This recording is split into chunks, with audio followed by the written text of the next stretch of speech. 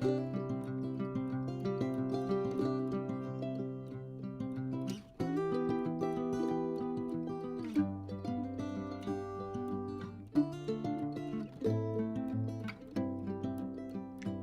বন্ধুরা, কেমন আছো সবাই? আবার একটা ব্লগ নিয়ে চলে এলাম। তো আমার ব্লগে তোমাদেরকে স্বাগত জানিয়ে আজকের ব্লগটা শুরু করছি। তো এখন বাজে ভোর 4:30। তো বাবা আর মা তাড়াতাড়ি ঘুম থেকে উঠে রেডি হয়ে নিয়েছে। আজকে তো বাবা মা দুজন মিলেই বিয়ে বাড়ি যাচ্ছে। তো এই শীতের ঠান্ডায় ওঠাটা তো খুবই কষ্টের। ঘুম থেকে উঠতে অনেকটা দেরি হয়ে গেছে, আর 10 মিনিট পরেই বাস। তো তাড়াতাড়ি করে বাবা মা রেডি হয়েই বেরিয়ে গেল। আর চারপাশটা দেখো কত অন্ধকার, আর প্রচণ্ড কুয়াশা ছিল। তো বাবা মা চলে যাওয়ার পরে আমি আবার ঘুমিয়ে পড়েছিলাম। অত ভোরে উঠে আমি বা কী করবো। তো ঘুম থেকে উঠে বাড়ির কাজকর্ম করার পর দেখলাম পুচকিটা চলে এসেছে। তো ওকে খেতে দিলাম। তারপর চলে এলাম রান্নাঘরে। এসে প্রথমে ভাতটা বসিয়ে দিয়ে সব সবজিগুলো কেটে নিলাম। আজকে নিরামিষ, মঙ্গলবার। তো মাজা ধোয়া করতে না অনেকটা বেলা হয়ে গেল। তো এদিকে ভাত তো হয়ে গেছে, আমি নামিয়ে দিয়ে স্নান করে চলে এলাম। তো এবার পুজো করব, তাই ফুলগুলো তুলে নিচ্ছি। আর আমাদের বাড়ির বাগানটা দেখো কত সুন্দর, একদম সবুজ হয়ে আছে। আর এই দেখো গাঁদা ফুল কত সুন্দর হয়েছে না ফুলটা। তো ফুল তোলা তো আমার কমপ্লিট।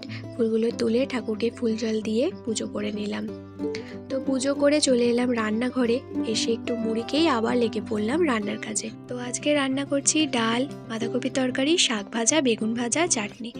আজকে খুব তাড়াহুড়োয় রান্না করার জন্য না আর কোনো রকম ক্লিপ নিতে পারিনি। তো রান্না বান্না করে দুপুরে খাওয়া দাওয়াটা করে নিলাম। তো বিকালে ঘুম থেকে উঠে বাড়ির সব কাজকর্ম করে নিয়ে ওর হাতে বানানো এক কাপ গরম গরম চা খেয়ে নিলাম। আর চাটা কিন্তু খুব সুন্দর বানিয়েছিল। তো চাটা খেয়ে সন্ধ্যেটা দেখিয়ে দিলাম।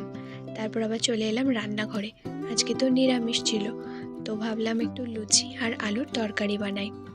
তো লুচিগুলো আমি সব বেলে রেখে দিয়েছি থালায়, কারণ একা হাতে বেলে করাটা সম্ভব নয়।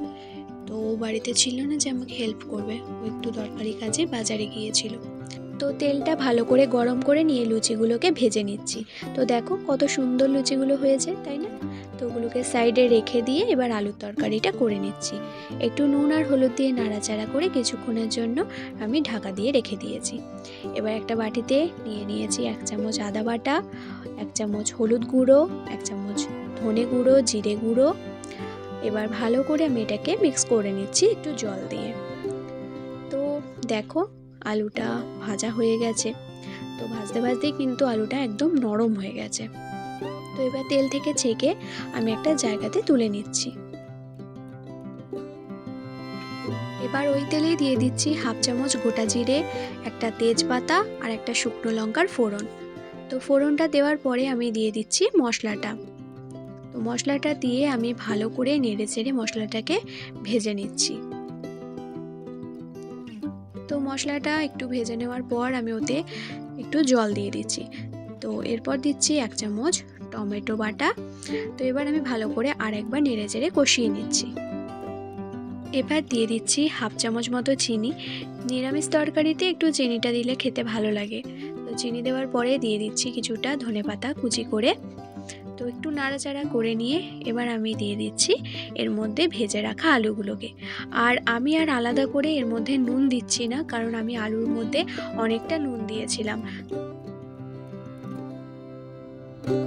তো আলুগুলো ভালো করে আমি মশলার সাথে কষিয়ে নিয়ে কিছুটা জল দিয়ে কিছুক্ষণের জন্য ঢেকে দিচ্ছি। তো দেখো 10 মিনিট পরে ঢাকনাটা খুলে নিয়েছি। তো এখন আলুগুলো কত সুন্দর সেদ্ধ হয়ে গেছে। তো আলুগুলোকে আমি এইভাবে একটু ভেঙে ভেঙে নিচ্ছি। এবার তরকারির সঙ্গে ভালো করে মিশিয়ে নেব, এতে কিন্তু খেতেও খুব ভালো হয়। তো রেডি হয়ে গেছে আমার নিরামিষ আলুর তরকারি, একদম সহজ পদ্ধতিতে। তো আজকে রাতের খাবারে খেয়ে নিলাম লুচি আর গরম গরম আলুর তরকারি। তো চলো আজকের মতো ব্লগটা এই পর্যন্তই। ভালো লাগলে ভিডিওটাতে একটা লাইক করে চ্যানেলটাকে সাবস্ক্রাইব করে দেবে। তো দেখা হচ্ছে পরের ব্লগে। সবাই ভালো থেকো, সুস্থ থেকো।